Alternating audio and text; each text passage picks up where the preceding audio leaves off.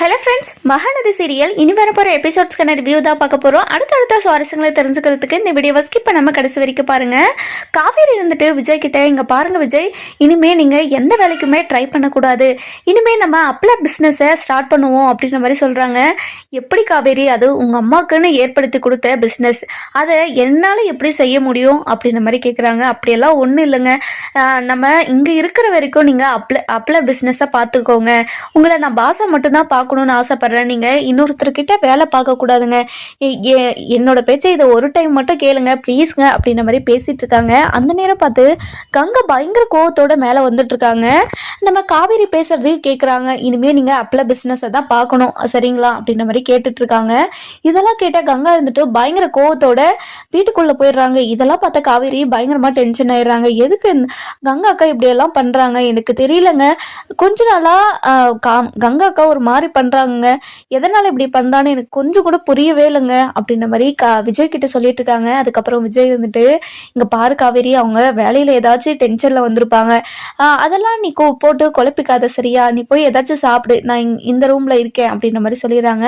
சரிங்க நீங்கள் போங்க, நான் அப்புறமா வரேன் அப்படின்னு சொல்லிட்டு காவேரி இருந்துட்டு உள்ளே போகிறாங்க. உள்ளே போன உடனே சாரதா கிட்ட போயிட்டு, இங்கே பாருங்கம்மா, கங்காக்கா ஒரு மாதிரியா பண்ணுறாங்கம்மா, எதுக்காக அப்படியெல்லாம் பண்ணுறாங்க கேட்டு சொல்லுங்கம்மா அப்படின்ற மாதிரி சொல்கிறாங்க. அதுக்கப்புறம் காவேரி இருந்துட்டு, சரிம்மா நீ கேட்காத, நானே கேட்டுக்கிறேன் அப்படின்னு சொல்லிட்டு நம்ம காவேரி இருந்துட்டு கங்கா கிட்ட போயிட்டு, கங்காக்கா எதுக்காகக்கா நீங்கள் இப்படி பண்ணுறீங்க, என்ன ஆச்சுக்கா உங்களுக்கு அப்படின்ற மாதிரி கேட்குறாங்க. இங்கே பாரு காவேரி, நீ சந்தோஷமாக இருக்கிறது எனக்கு பிடிக்கும் தான், நீ சந்தோஷமாக இருந்தால் எனக்கும் சந்தோஷமாக தான், ஆனால் அம்மா பண்ணுறது கொஞ்சம் கூட சரியில்லை, விஜயை மட்டும் தூக்கி தலையில் வச்சுக்கிட்டு ஆடுது, என்னோட புருஷன்னா அவ்வளோ கேவலமாக போயிடுச்சா இந்த வீட்டில், என் புருஷனுக்கு ஏதாவது மரியாதை கொடுக்குறீங்களா இந்த வீட்டில் அப்படின்னு சொல்லிட்டு பேசிகிட்டு இருக்காங்க.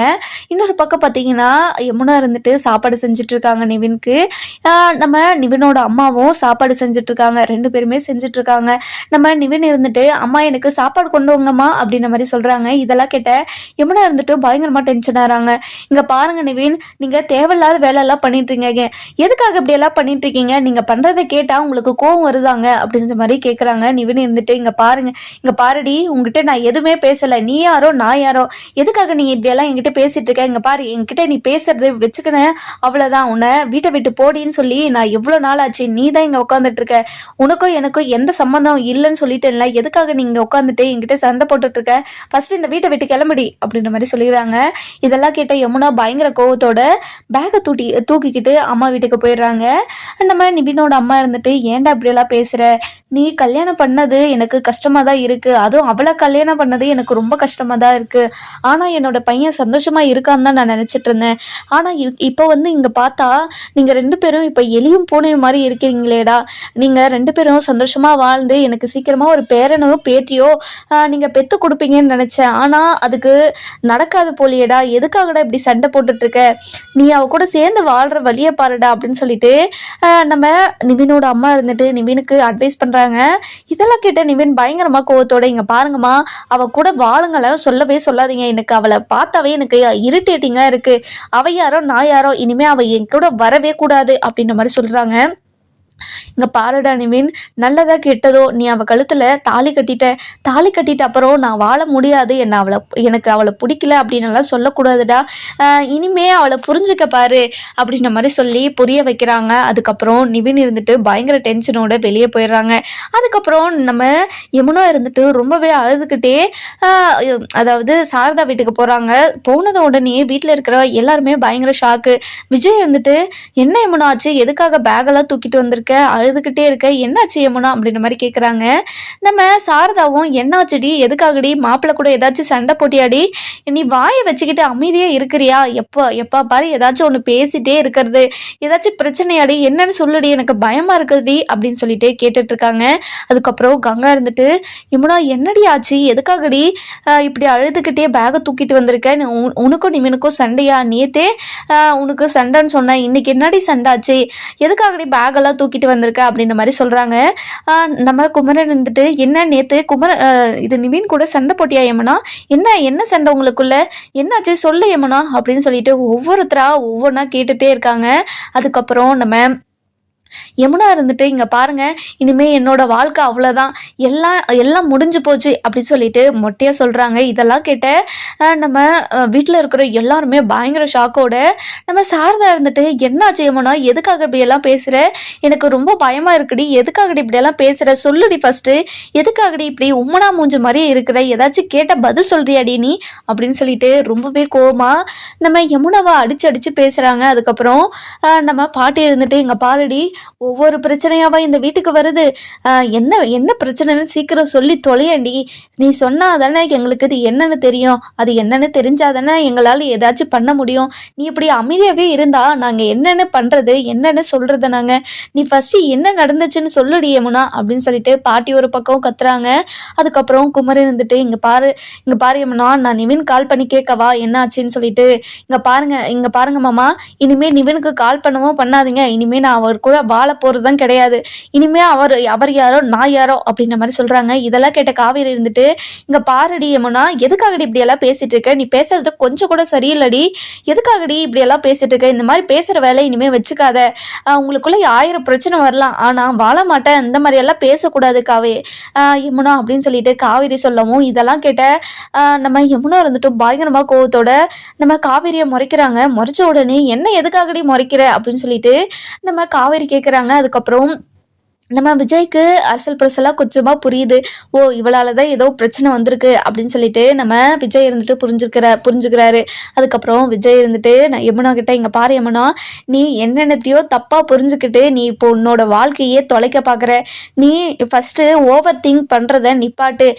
காவேரி ஓவர் திங்க் பண்ணுவாதான், நான் இல்லைன்னெல்லாம் சொல்லலை, ஆனால் அவள் யாருமே கஷ்டப்படுத்த மாட்டா, நீ ஓவர் திங்க் பண்ணி இப்போ வீட்டில் இருக்கிற எல்லாருமே படுத்திட்டு இருக்க, நீ என்ன யோசிக்கிற, என்ன நினைக்கிறேன்னு எனக்கு எல்லாமே புரிஞ்சிருச்சு, நீ நினைக்கிறது எல்லாமே ரொம்ப தப்பு, நிவின் எவ்வளோ நல்லவர்னு உனக்கு தெரியுமா, தெரியாமல் இப்படி அவர் மேலே சந்தேகப்படுற வேலையெல்லாம் வச்சுக்காத, உங்களுக்கு தெரியுமா நான் அதை நினச்சி தான் வந்திருக்கேன்னு அப்படின்னு சொல்லிட்டு விஜய்கிட்டே எதிர்த்து பேசுகிறாங்க.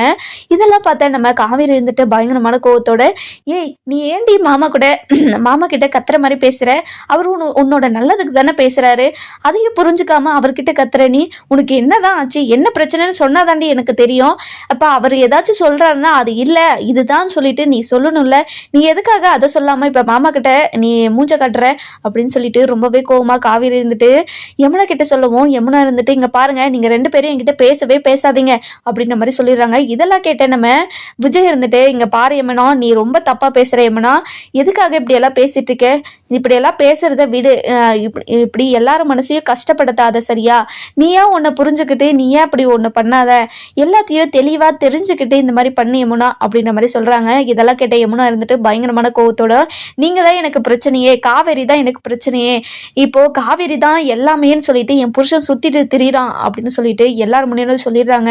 இதெல்லாம் கேட்ட சாரதாக்கு நெஞ்சே வெடிச்சிற மாதிரி இருக்குது. அதுக்கப்புறம் நம்ம சாரதா இருந்துட்டு யமுனாவை அடின்னு அடிக்கிறாங்க.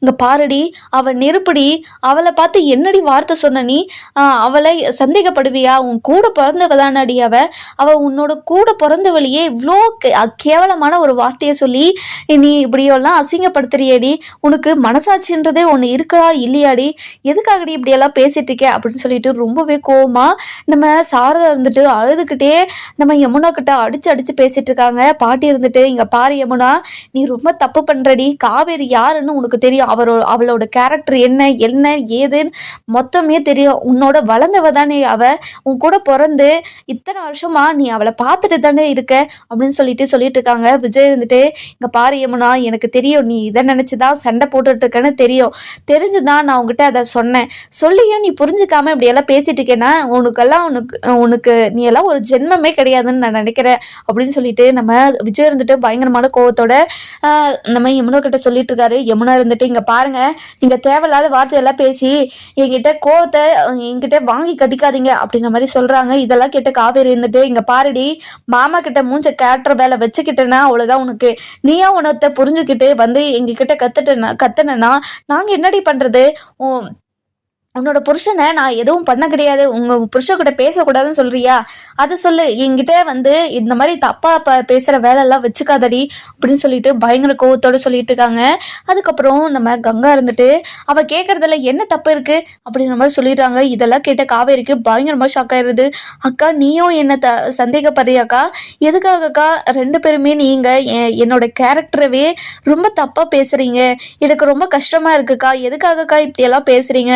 இப்படியெல்லாம் பேசாதீங்கக்கா, நான் ரொம்ப உடஞ்சி போயிடுவேன் அப்படின்னு சொல்லிட்டு ரொம்பவே கோவமாக பேசிட்டு இருக்காங்க. ரொம்பவே எமோஷ்னலாக கங்கா கிட்ட கேட்கவும் கங்கா இருந்துட்டு இங்கே கொஞ்சம் நிறுத்தடி. நீ இந்த மாதிரி அப்பா பையா மூஞ்ச வச்சுக்கிட்டு பேசுறதுனால தான் எல்லாரும் உன்னை நம்பிட்டு இருக்காங்க. இந்த மாதிரியெல்லாம் பேசுறத ஃபஸ்ட்டு நிறுத்து. அவள் கேட்கறதுல என்ன நியாயம் இருக்கு? என்ன நியாயம் இல்லாமல் இருக்குது? அவள் கேட்கறது நியாயம் தானே? அவளுக்கு பதில் சொல்லு ஃபஸ்ட்டு. எதுக்காக நிவின் உன் மேலே இவ்வளோ அக்கறையாக இருக்காரு? அதுவும் இல்லாமல் நீ ப்ரெக்னெண்ட்டாக இருக்கிற விஷயத்த முதல்ல அவர்கிட்ட தான் சொல்லியிருக்க. அது எதனால? எதுக்காக சொல்லு. இப்போயும் அவர் உன் மேலே எவ்வளோ அக்கறையாக இருக்காரு. ஒரு பொண்டாட்டின்றத பாசமே அவன் மேலே வைக்கிறதில்ல. எதுக்காக இதெல்லாம் நடக்குதுன்னு சொல்லு. அதுக்கு பதில் சொல்லு இப்போ அப்படின்னு சொல்லிட்டு நம்ம காவேரி கிட்ட கேட்கவும் காவேரிக்கு வார்த்தையே வரமாட்டேங்குது. அமைதியாக நின்றுடுறாங்க. அதுக்கப்புறம் என்ன, நம்ம விஜய் இருந்துட்டு இங்கே பாருங்க, நான் தான் நிவின் கிட்ட சொல்லி காவேரி கொஞ்சம் பத்திரமா பார்த்துக்கோங்கன்னு சொல்லிட்டு இருந்தேன். அதனால தான் அவர் அவ்வளோ கேர் பண்ணியிருப்பாங்கன்னு நினைக்கிறேன். அதை தாண்டி அவங்களுக்குள்ளே வேறு எதுவுமே இல்லைன்னு எனக்கு தெரியும். எனக்கு தெரியும் அந்த மாதிரி சொல்லிடுறாங்க. இதெல்லாம் கேட்ட நம்ம யமுனா இருந்துட்டு கொஞ்சம் நிறுத்துங்க. உங்கள் பொண்டாட்டியை பத்திரமாவும் கேர் பண்ணி பார்க்கறதுக்கும் என் புருஷன் யார்? என்ன தானே அந்த மாதிரி பார்த்துக்கணும். என்னை பார்த்துக்காம என்கிட்ட கேட்டால் பதிலும் சொல்லாமல் எல்லாத்தையுமே காவேரிக்கு அக்கறை கொடுத்தா நான் என்னன்னு நினைப்பேன்? நீங்கள் அதுக்கு ஃபஸ்ட்டு பதில் சொல்லுங்க அப்படின்னு சொல்லிட்டு ரொம்பவே கோவமாக பேசிட்டு இருக்காங்க. இதெல்லாம் பார்த்துட்டு இருந்தேன் நம்ம குமரன் இருந்துட்டு நிவினுக்கு கால் பண்ணி பிரச்சனை என்னடா, வீட்டில் வந்து இவ்வளோ கத்திட்டு இருக்கா, காவேரியை அசிங்கப்படுத்தி பேசிட்டு இருக்காடா, என்னடா பிரச்சனை வீட்டில் அப்படின்னு சொல்லிட்டு நம்ம நிவின் கிட்ட கேட்கவும் நிவின் இருந்துட்டு என்னென்ன சொல்றீங்க? அவள் அங்கே வந்து பிரச்சனை பண்ணிட்டு இருக்காளா? அவளுக்கு புத்தின்றதே இல்லையானே? எதுக்காகன்னு அப்படியெல்லாம் பேசிட்டு இருக்கா? என்னையும் காவேரியும் வச்சு அசிங்கமாக பேசுகிறானே. காவேரியோட குழந்தைக்கு நான் தான் அப்பான்ற மாதிரியெல்லாம் பேசுகிறானே. எவ்வளோ அசிங்கப்படுத்தணுமோ அவ்வளோ அசிங்கப்படுத்திட்டானே என்ன.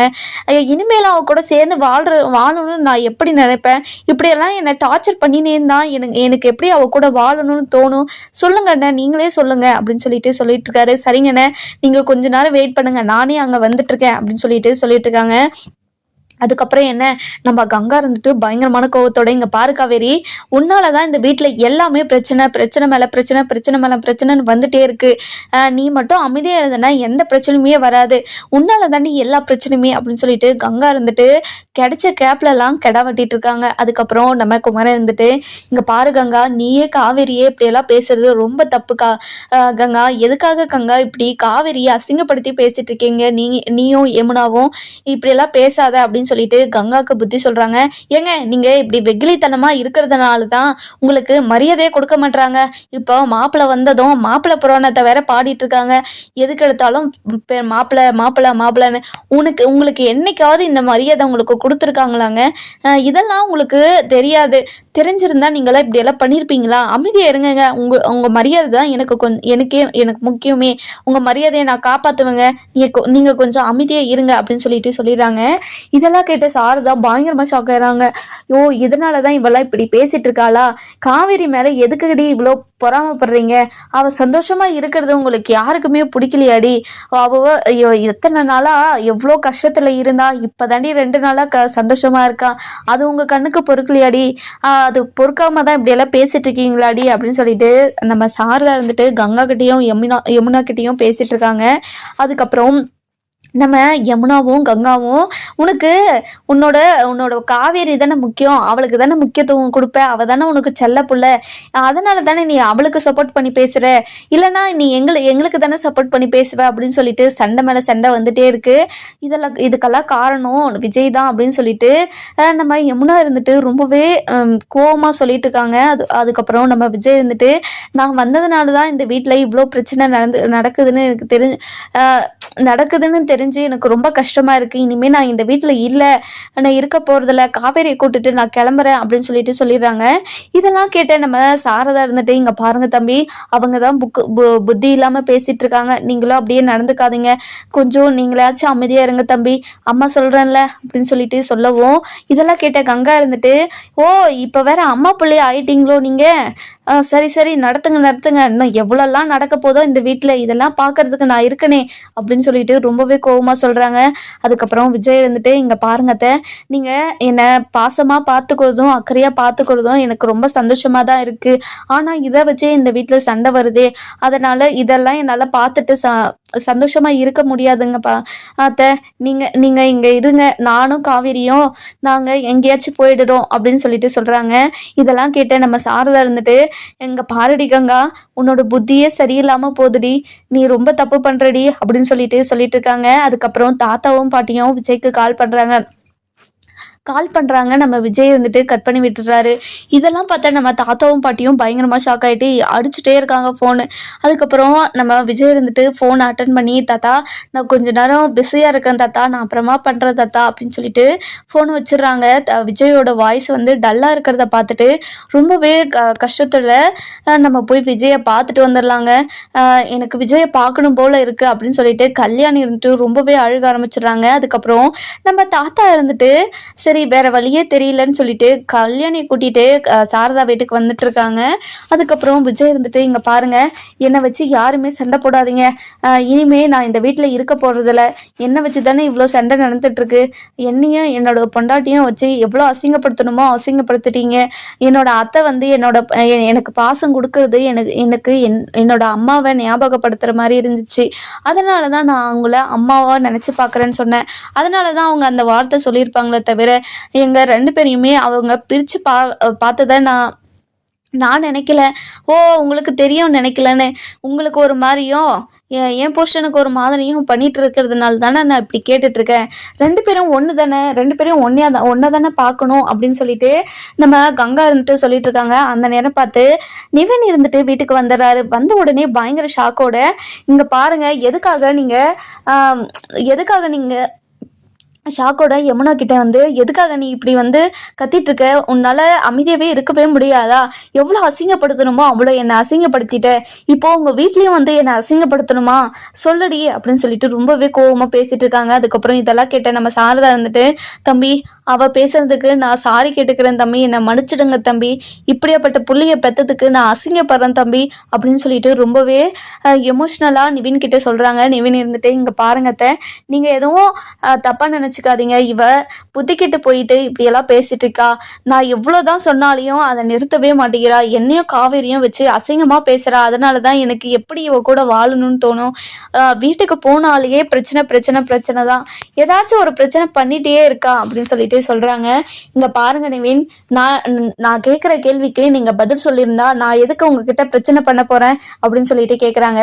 உனக்கு என்னடி பதில் சொல்லணும், நீ என்னையும் காவேரியும் வச்சு தப்பாவா பேசுவேன், உனக்கு நான் பதில் சொல்லிட்டு இருக்கணுமா, நீ தேவையில்லாத வார்த்தையெல்லாம் கேட்டுட்டு இருப்ப, நான் அதுக்கு வந்து ரெஸ்பான்ஸ் பண்ணிட்டு இருக்கோன்னு நினைக்கிறியா அப்படின்னு சொல்லிட்டு கேட்குறாங்க.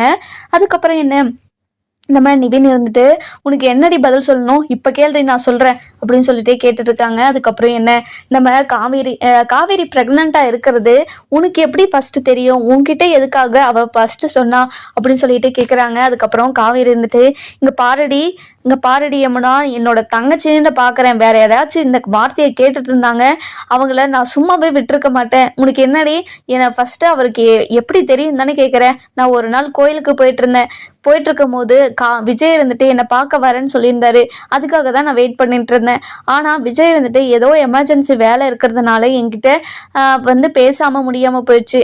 அந்த நேரம் பார்த்து நிவின் இருந்துட்டு அந்த வழியாக போயிட்டுருப்பார் போல், எனக்கு தலை சுற்றி நான் கீழே விழுந்ததை பார்த்து தான் என்னை ஹாஸ்பிட்டலுக்கு கூப்பிட்டு போயிட்டு அங்கே செக் பண்ணிட்டு தான் அவருக்கு அந்த விஷயம் தெரிஞ்சு அவருக்கு தெரியும், அவர்கிட்ட சொல்லணும்லாம் நினச்சி நான் சொல்ல கிடையாது, ஏதோ எதர்ச்சியாக அவர் தெரிஞ்சுக்கிட்டாரு, நான் தான் அவர்கிட்ட யாருக்கிட்டையும் சொல்லாதீங்கன்னு சொல்லி வச்சிருந்தேன், அந்த ஒரு வார்த்தைக்காக விஷயத்தெல்லாம் அவர் யார்கிட்டயும் சொல்லாமல் வச்சுருந்தாரு.